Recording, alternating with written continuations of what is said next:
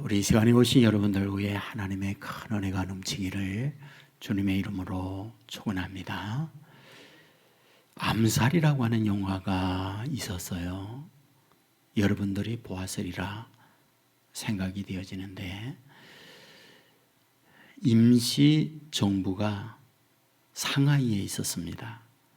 그곳을 배경으로 하여 시나리오를 만들고 영화를 만든 것, 이것이 암살이죠.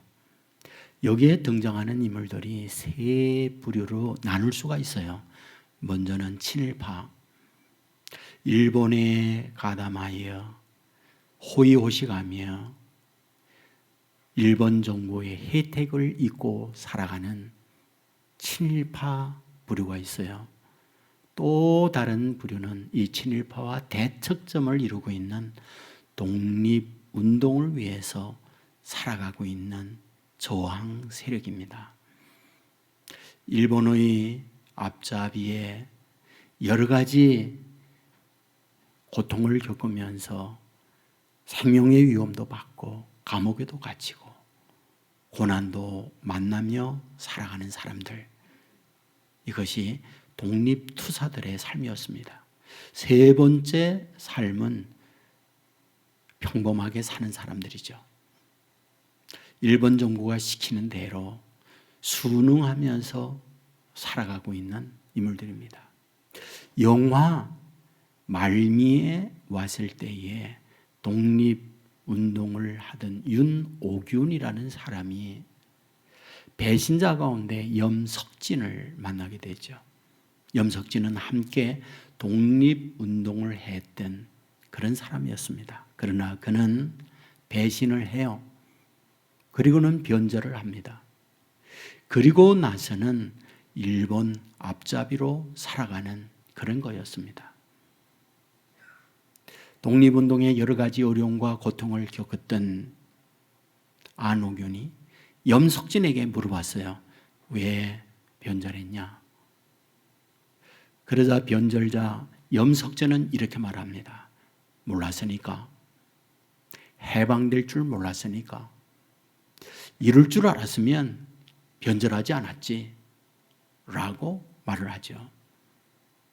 그때 이 말을 들었던 안옥윤은 방아쇠를 당기고 그로 인하여 염석진은 눈을 감게 됩니다. 저는 이 시간 여러분에게 이런 말씀을 드리고 싶습니다. 우리의 삶이란 현재 있다는 것은 과거가 있다는 말이고 동시에 미래가 있다는 말이죠. 오늘 저와 여러분이 여기에 있으면 과거의 결과입니다. 앞으로 내 인생 어떻게 될지 우리는 모릅니다. 그런데 문제는 오늘 겪고 있는 삶이 고단합니다. 힘이 듭니다. 노력해도 내 미래가 캄캄합니다. 그럴 때에 어떻게 될지 모르니까 염석진이 변절을 하고 배신을 하듯이 내 인생의 변절을 가져올 수 있다, 이런 말이 되는 거죠. 여러분, 오늘 본문은 우리에게 무엇을 말씀하려고 하는 걸까요? 이와 같이 현재에 고단하고 힘들게 살아가는 우리에게 현재 있지만 미래, 앞날에 내 인생이, 여러분의 인생이 어떻게 된다라는 걸 미리 말씀해 주고 있는 것, 이것이 바로 본문인 거죠. 우리는 이사야서를 읽었습니다.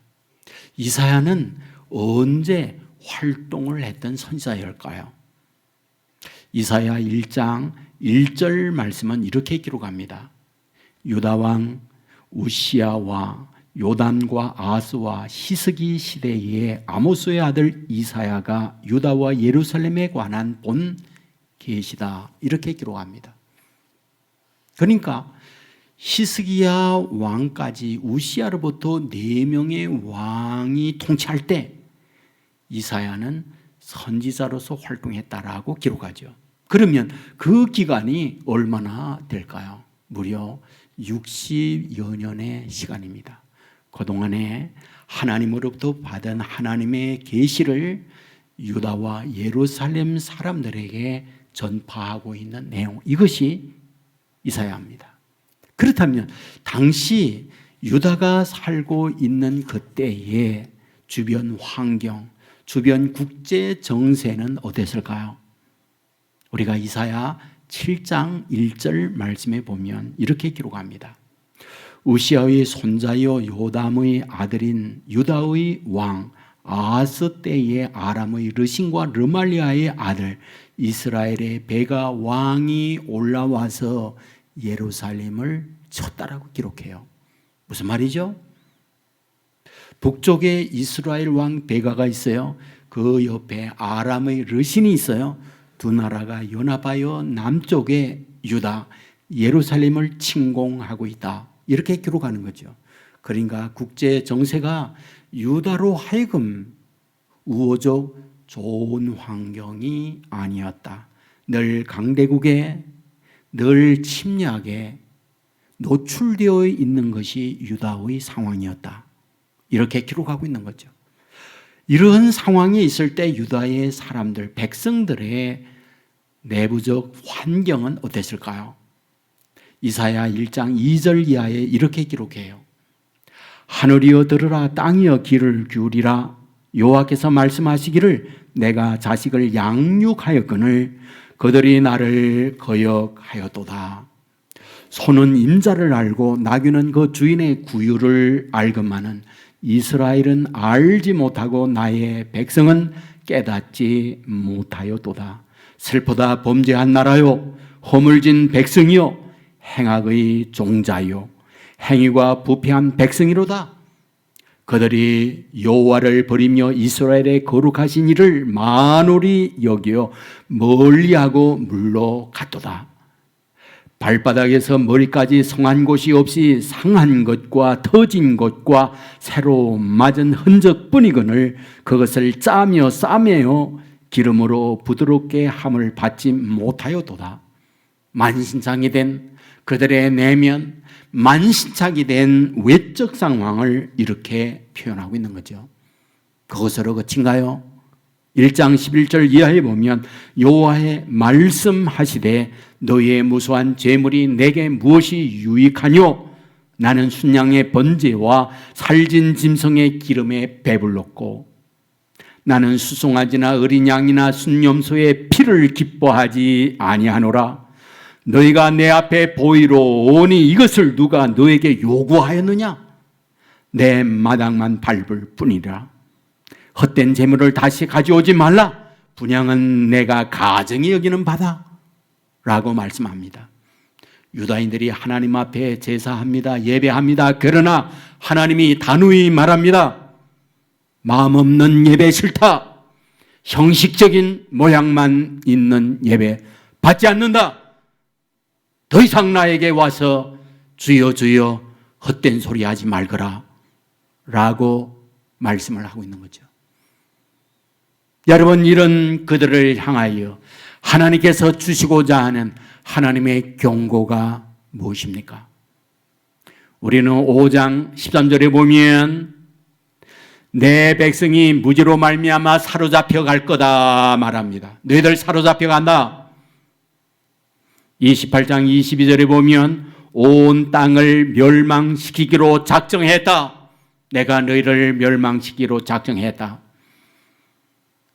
39장 6절에 보면 보라 날이 이르리니 내 집에 있는 모든 소유와 내 조상들이 오늘까지 쌓아둔 것이 모두 바벨론으로 옮겨갈 것이요 라고 말합니다. 바벨론의 포로에 의해 재산 모든 것이 빼앗길 것이며 너희들은 죽음을 맞게 된다 라고 말씀을 하고 있는 거죠.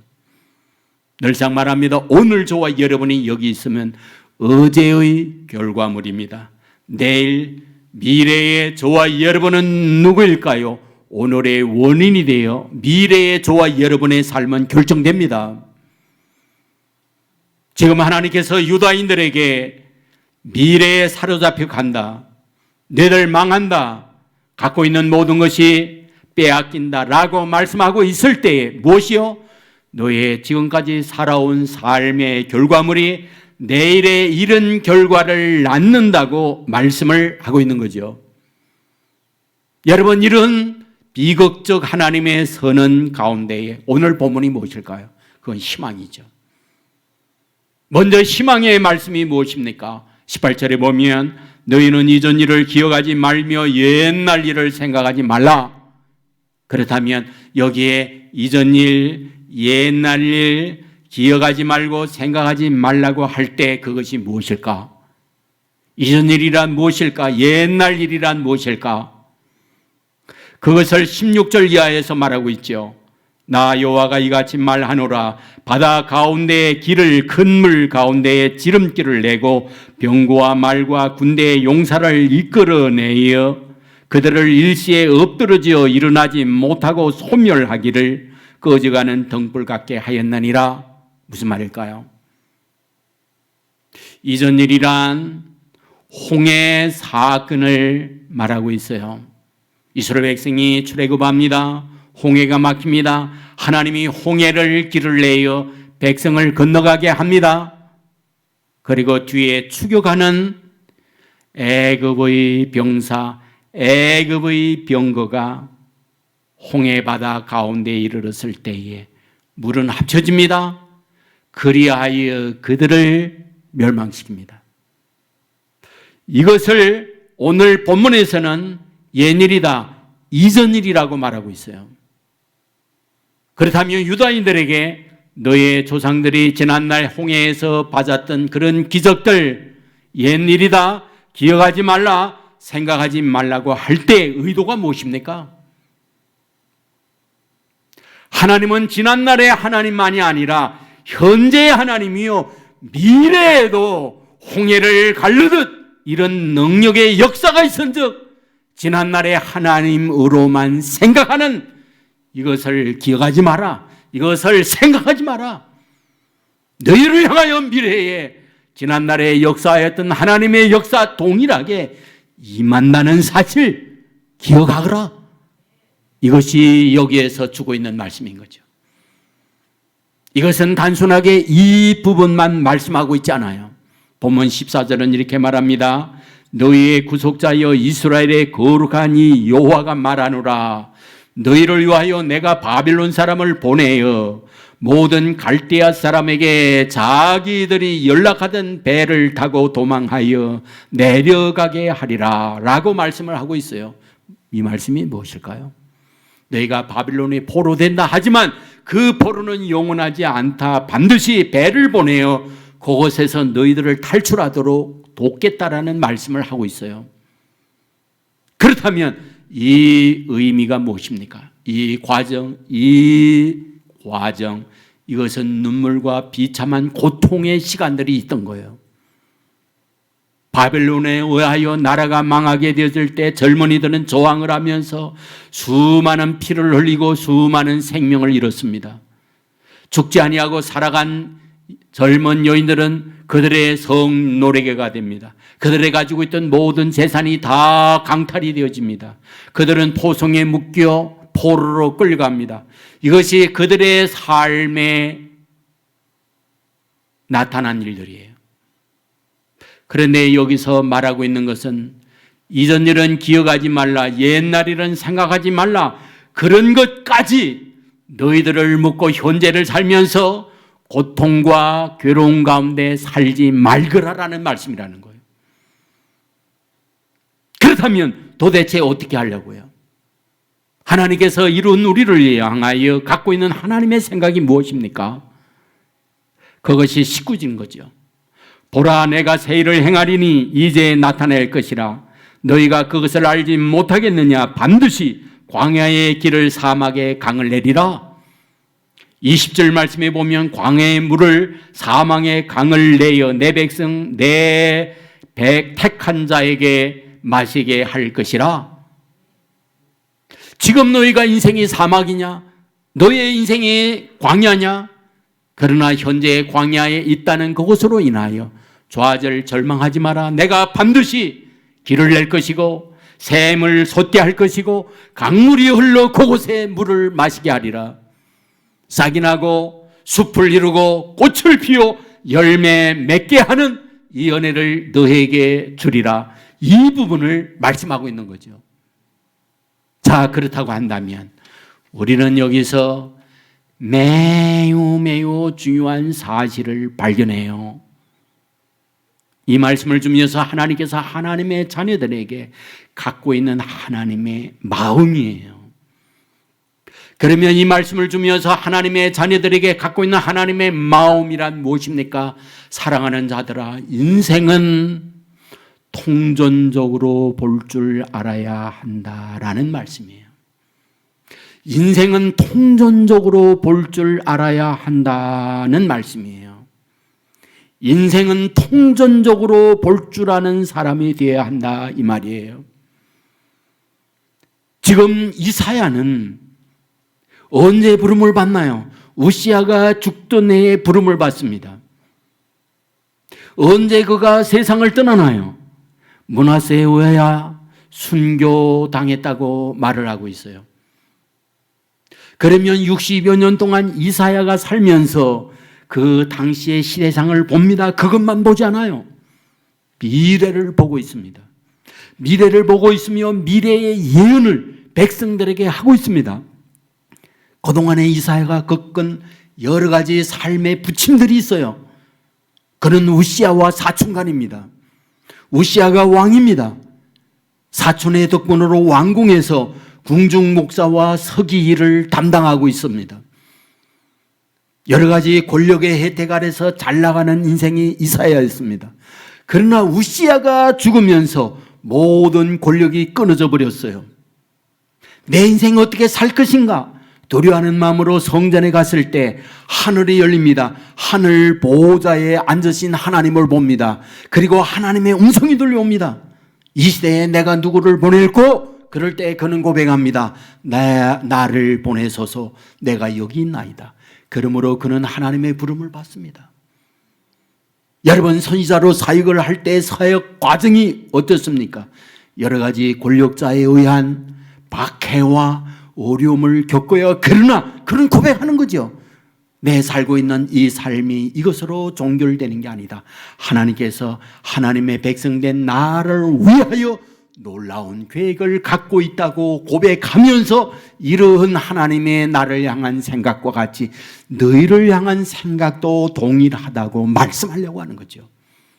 그러므로 지금 너희가 주변 국가의 공격을 받고 이후에 바빌론의 포로가 되어지고 삶의 모든 것이 끝나는 것처럼 여겨질지 모르나 그것은 과정에 불과한 것이지 그것은 영원한 게 아니란다. 그러므로 삶을 통전적으로 볼 줄 아는 시각이 있어야 된다 말씀해 주고 있는 거죠. 여러분, 저와 여러분이 여러분의 인생에 힘들어질 때가 언제입니까? 실패를 만났을 때, 중병에 걸렸을 때, 사람들과의 관계에 정말 절망적 아픔을 겪고 있을 그때, 우리는 그 자체만을 보면 이것이 내 인생의 종말이로구나 하는 아픔을 겪을 수가 있어요. 그러나 성경이 우리들에게 말하려고 하는 게 뭡니까? 그것은 과정이지 전부 아니야. 그것은 발판이요 하나의 계단인 것이지 그것이 내 인생의 종말이 아니야. 이것을 말씀해 주려고 하는 것, 이것이 본문을 통하여 하나님이 이사야에게 주시는 말씀이었다는 거죠. 여러분, 저와 여러분이 살아가는 과정 속에 밤이 있어요. 밤은 끝이 아니에요. 낮이 기다리고 있습니다. 인생에 겨울이 있어요. 겨울이 끝이 아닙니다. 봄날이 오고 있어요. 이것이 바로 저와 여러분을 향하여 하나님께서 주시고자 하는 통전적 의식이라고 하는 거죠. 우리가 이런 통전적 의식을 가지고 있다면 저와 여러분이 살면서 때로 힘들고 어렵지만, 그래, 하나님이 저와 여러분을 향하여 갖고 있는 하나님의 계획, 잘되는 복음이 있으니 오늘 여기를 견뎌내면 된다라는 희망으로 오늘을 참아낼 수 있다는 사실 믿으시기를 주의 이름으로 축원합니다. 여러분, 이사야서 우리는 구약의 복음서라고 얘기해요. 왜 사람들은 이사야를 구약의 복음이라고 말하고 있는지 아세요? 가장 많이 메시아, 가장 많이 예수님을 예언하고 있기 때문에 그래요. 그러면 구약의 예언에 있는 예수님을 신약에서 인용을 할 때에 어떤 상황에서 구약 이사야에 예언된 예수님을 신약에서 인용을 하고 있을까요? 말씀을 가만히 보면 우리의 어마어마한 기쁨이요 어마어마한 희망이에요. 마태복음 1장 23절에 보면 보라 처녀가 잉태하여 아들을 낳을 것이요 그 이름을 임마누엘이라 하리라 말씀해요. 이 말씀이 어디에? 이사야 7장 14절이에요. 그런데 이사야 14장, 이사야 7장 말씀의 내용이 뭔지 아십니까? 앞부분에 말했어요. 아람의 러신과 북이스라엘의 베가가 연합하여 유다를 침공하는 말씀이 이사야 7장에 나와 있다고요. 문제는 무엇입니까? 유다가 연합한 그들과 싸울 능력이 없는 거죠. 그런데 그러한 그들에게 하나님이 말씀해요. 나는 임마누엘이다. 내가 너희와 함께하겠다 말씀을 해요. 힘이 없고 능력 없지만 하나님이 함께함으로 말미암아 그 전쟁에서 유다를 승리하도록 만들겠다는 말씀을 해요. 그 말씀을 마태는 예수님이 태어나는 그곳으로 인용을 합니다. 그렇다면 무엇을 우리에게 말씀해 주려고 하는 걸까요? 내가 세상을 살 때에 세상의 대적이 저 아람과 북이스라엘에 연합하여 너를 공격하는 상황이 있다 할지라도 임마누엘 되시는 주님이 너와 함께하여 너의 인생을 승리하도록 만들어 주겠다는 약속이라 그 말이죠. 그렇다면 이 말씀은 저와 여러분에게 무엇을 줘요? 희망인 거죠. 부족하지만 하나님이 함께함으로 말미암아 우리로 승리하도록 만들겠다고 말씀하고 있는 거예요. 여러분 누가복음 4장 18절 이하에 보면 주의 성령이 내가 임하셨으니 이는 가난한 자에게 복음을 전하게 하려 하시고 내게 기름을 부으시고 라는 말씀이 나와요. 이사야 61장 1절 이하의 말씀을 누가가 인용합니다. 그렇다면 언제 이 말씀을 인용을 합니까? 예수님이 왔을 때 성령이 임하면 예수님은 어떤 일을 하느냐? 가난한 자에게 복음을 전하고 눕는 자에게 다시 보게 하고 병든 자를 치유케 하고 이 말씀을 해요. 예수님이 와서 이 땅 위에 힘없고 능력 없어 병원에 갈 치료비도 없고 싸워야 할 능력도 없는 너에게 예수님은 보게 할 것이며 치유케 할 것이며 이런 일을 해준다고 약속을 해요. 곧 약한 우리에게 강하게 하고 병든 우리에게 치유케 하고 우리에게 절망할 때 희망을 주고자 하는 예수님이라고 구약에 예언되어 있다는 말씀을 하고 있는 거죠. 마태복음 4장 15절에 보면 예수님께서 공생애를 시작하면서 스불론 납달리에 간 말씀이 있어요. 이 말씀은 이사야 9장 1절 2절의 말씀을 인용합니다. 그렇다면 왜 이 말씀을 인용합니까? 당시 스불론 납달리는 국경 지역에 있습니다. 강대한 주변의 국가로부터 엄청 침략을 받고 남은 사람이 없을 정도로 짓밟힘을 당했어요. 바로 그들에게 주님이 와서 너희들을 회복하고 너희들을 그 땅에 광명한 빛을 비추기 위하여 오신 분이 누구? 예수님이다 라는 말씀을 해요. 마태복음 12장 20절에 보면 상한 갈대를 꺾지 아니하며 꺼져가는 심지를 꺾지 않는 말씀을 해요. 이것은 이사야 42장 3절의 말씀을 인용하고 있습니다. 여러분 가정에서 등잔을 사용해 본 적 있으세요? 저는 어릴 때 등잔을 써봤어요. 등잔이란 심지에 기름을 붙여서 밤에 등불을 밝히는 것, 그게 등잔이에요. 그런데 아십니까?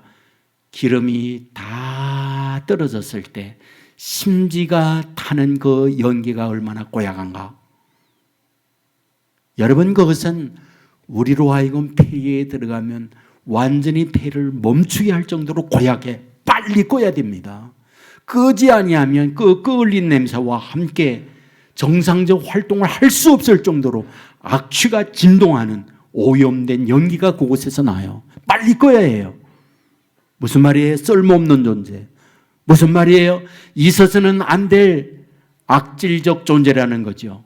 그럼에도 불구하고 오늘 예수님이 오면 어떠하다는 거예요? 그런 꺼져가는 심지를 끄지 아니하고 불을 붙여주시는 분이다. 이걸 말씀하고 있어요.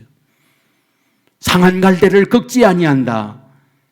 여러분, 상한 갈대는 무엇입니까? 쓸모없는 존재, 썩어버릴 존재라는 거예요. 그런데 꺾지 아니하시는 분이다. 그렇다면 이런 일련의 말씀들을 통하여 우리에게 뭘 보여줍니까?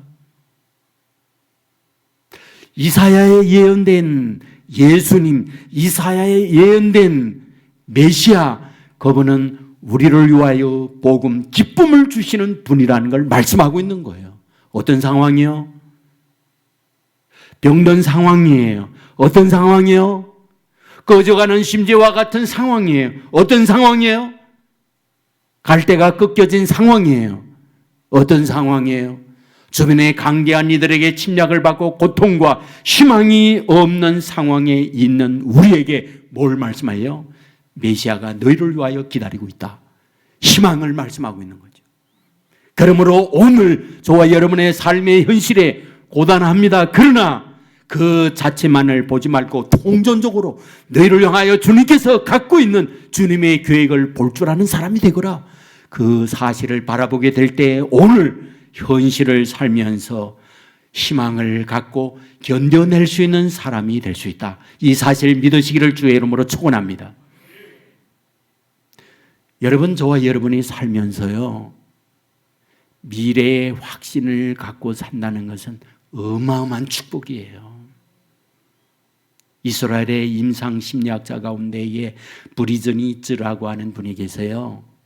이분이 이스라엘 군인들을 임상 실험한 논문을 발표했습니다. 내용은 이겁니다. 군인들이 훈련을 받으면서 언제 사기가 가장 높아질까, 언제 스트레스를 덜 받을까라는 실험을 한 거예요. 훈련병들을 4그룹으로 나눴습니다. 행군을 해야 할 때 정해진 행군의 거리가 20km예요. 1조에게 말합니다. 우리 행군한다. 거리는 20km다. 5km 갔어요.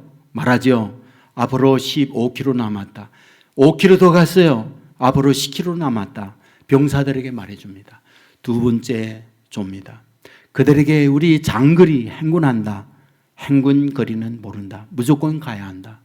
20km 가야 하는 것이 정해져 있지만 그것을 알려주지 않고 무조건 행군해요. 3번째 조예요. 우리 행군해야 할 거리 15km다. 그리고 14km 갔을 때에 병사들이 얘기합니다. 5km 늘어나서 20km 가야 된다라고 얘기해요. 4번째 조예요. 4번째 조에는 말하죠. 우리 25km 행군해야 된다. 그리고 14km 갔을 때에 줄여서 우리 20km만 가도 된다 라고 말을 했어요. 여러분, 이와 같이 각 조의 20km 가는 것은 정해졌지만 그들이 갖고 있는 어떤 사기라든지 스트레스, 어떤 변화가 있는가 하는 걸 조사했는데요. 놀라운 게 뭔지 아세요? 1조가요 가장 사기가 높았고 1조가 가장 스트레스가 적었어요. 가장 스트레스 높고 가장 사기가 저해진 조가 2번째 조였어요. 무슨 얘기입니까? 앞으로 내가 어떻게 될지, 어떻게 가야 할지 전혀 모르는 그들은 사기가 가장 바닥이었고 스트레스는 최고조였다는 거예요. 20km 가는 거 정해졌습니다. 앞으로 남은 걸 얼마 남았습니다. 분명히 알고 가는 그들을 사기가 가장 높았고 스트레스는 바닥이었다. 아무것도 없는 스트레스였다고 얘기해요. 그렇다면 우리에게 뭘 말해줍니까? 저와 여러분이 인생을 사는 데 있어서 앞으로 저와 여러분의 앞날 어떻게 될지 모르잖아요. 그러나 하나님께서 저와 여러분에게 주시는 주의 말씀이 무엇입니까? 정해졌다는 거예요. 뭘? 복음으로요. 이사야를 통해서 우리에게 말해주려고 하는 것, 구약의 복음서라고 말하는 이유, 그것은 복음이기 때문에 그렇다는 거예요. 비록 너희가 범죄해요. 비록 너희가 하나님의 곁을 떠났어요. 비록 너희가 하나님의 마음에 합한 자가 되지 못해요. 그러나 하나님께서 너희들을 향하여 갖고 있는 본래의 마음은 무엇이냐? 너희가 끝내 메시아를 보내서 너희로 하여금 병든 너희 치유하고 앞을 보지 못하는 너희들 보게 할 뿐 아니라 너희들로 하여금 하나님의 축복 속에 사는 자녀 만들게 한다. 이걸 말씀하고 있는 거예요. 이것은 동시에 저와 여러분을 향한 주의 음성이라는 거 믿으시기를 주의 여러분을 축원합니다. 예레미야 32장에 가면요, 납득이 안 가는 말씀이 있어요. 예레미야가 감옥에 갇혔어요. 시드기야가 왕으로 있습니다. 시드기야가 누구냐고요? 바벨론에 의하여 유다가 멸망될 때 마지막 왕이 시드기야예요. 바벨론이 침공해 옵니다. 예레미야는 감옥에 갇혔어요. 얘기하죠. 이기지 못한다. 그리고 다 포로되어 끌려간다. 감옥 안에서 예레미야가 그 얘기합니다. 그런데 여러분, 예레미야의 삼촌이 면회 와요. 면회 온 삼촌에게 뭐라고 말하는지 아세요? 부동산 매입 좀 해주세요. 내가 은 70을 줄 테니까 밭을 사세요. 그리고 예레미야의 요구대로요, 밭을 사고요, 등기부 등본을 항아리에 집어넣는다는 말씀이 예레미야 32장에 나옵니다. 이해되지 않잖아요.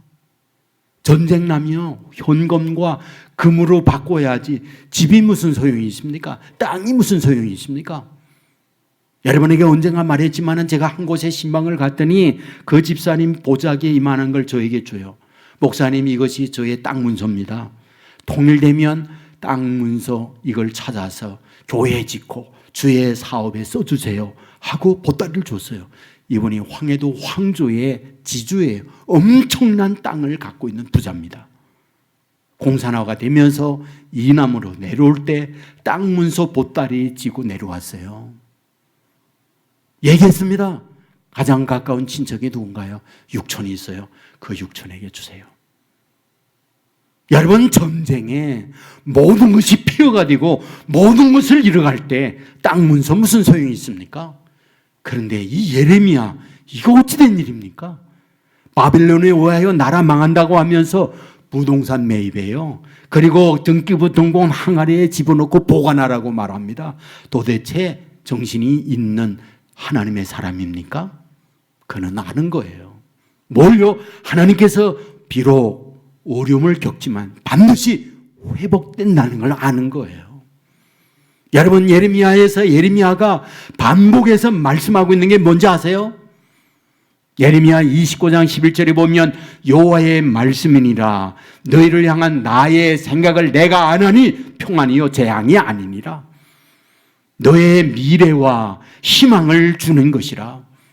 하나님께서 하나님의 자녀들에게 하는 말이에요.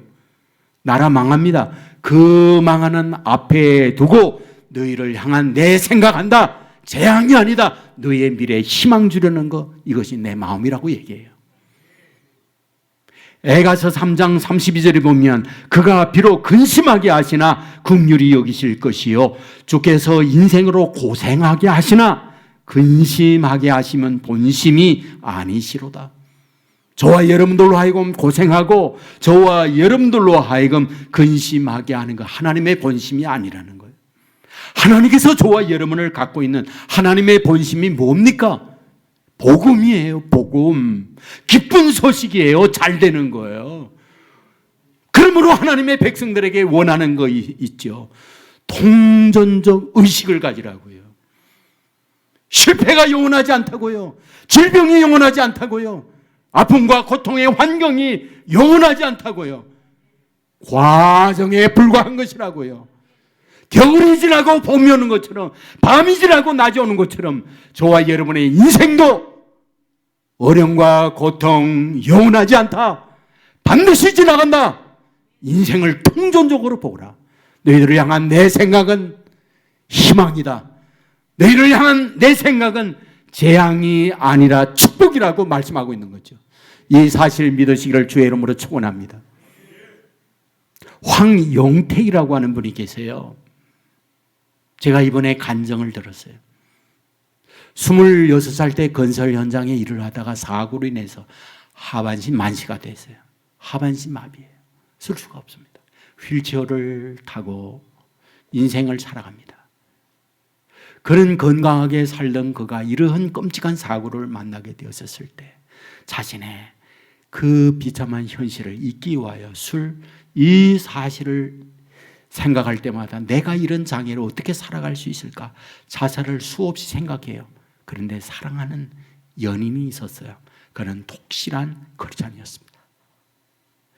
이 사람은 집안 대대로 불교 신자예요. 그에게 사랑하는 여인이 얘기합니다. 내가 믿는 하나님은 하나님의 자녀를 향하여 갖고 있는 하나님의 마음이 있다. 하나님의 부름을 받은 하나님의 자녀들에게는 모든 것이 합력하여 선을 이루는 분이다. 지금 이와 같이 하반신을 입은 그 자체는 눈물이고 아픔이고 슬픔이다. 그러나 하나님께서 당신을 향한 하나님의 놀라운 계획을 갖고 있다. 설득을 해요. 이 사람은 사랑하는 연인의 설득에 설득당합니다. 결혼해서 아들을 낳았어요. 그리고 휠체어를 타고 테니스를 배우기 시작했어요. 여러분, 이분이 테니스 선수가 됩니다. 그리고 장애인 올림픽 한국 대표로 나가서 메달을 따요. 그리고 청와대에 가서 대통령으로부터 격려 상급을 받습니다. 그는 생각하지 언제까지 내가 테니스 선수로만 살 수 있겠느냐. 내가 하고 싶은 게 있었어. 그것은 노래 부르는 일이야. 여러분 37살 때요. 수학 능력 시험을 보고요. 음대에 합격해요. 늦가기 성악가가 되어서 하나님을 찬양하고요. 사람들에게 위로 격려를 주면서요. 장애를 입은 사람들에게 소망을 주는 희망의 메신저로 그는 살아가고 있어요. 그렇다고 한다면 오늘 우리에게 주는 주님의 메시지가 무엇입니까? 인생을 통전적으로 보라는 하나의 간접적 인물이 아닙니까? 그 하반신 마비를 맺을 때 그 자체만은 희망이 없잖아요. 그러나 하나님께서 그를 향하여 갖고 있는 하나님의 계획 속에 그가 참여하고 이끌어올 때에 그는 사람들에게 위로 없어서는 안 될 소중한 주인공으로 살고 있는 거예요. 오늘 저와 여러분의 현실도 똑같습니다. 저와 여러분의 주어져 있는 현실, 그게 끝이 아닙니다. 하나님은 그것을 통하여 더 나은 내일로 계획하고 이끌어간다는 사실을 믿으시기를 주의 이름으로 축원합니다. 통전적 의식을 가지고 하나님이 끝내 복음으로 저와 여러분을 이끌어간다는 이 믿음 놓지 아니하고 하나님의 인도함에 저와 여러분이 참여하게 되어질 때 하나님은 이와 같이 하나님의 의도와 하나님의 계획에 참여하는 저와 여러분을 하나님의 의도대로 복된 인생 만들어간다는 거 믿으시기를 주의 이름으로 축원합니다. 이것이 저와 여러분을 향한 하나님의 계획이고 이 계획에 쓰임받는 하나님의 복된 하나님의 자녀들 될 수 있기를 주의 이름으로 축원합니다. 우리 모두 자리에서 일어나겠습니다.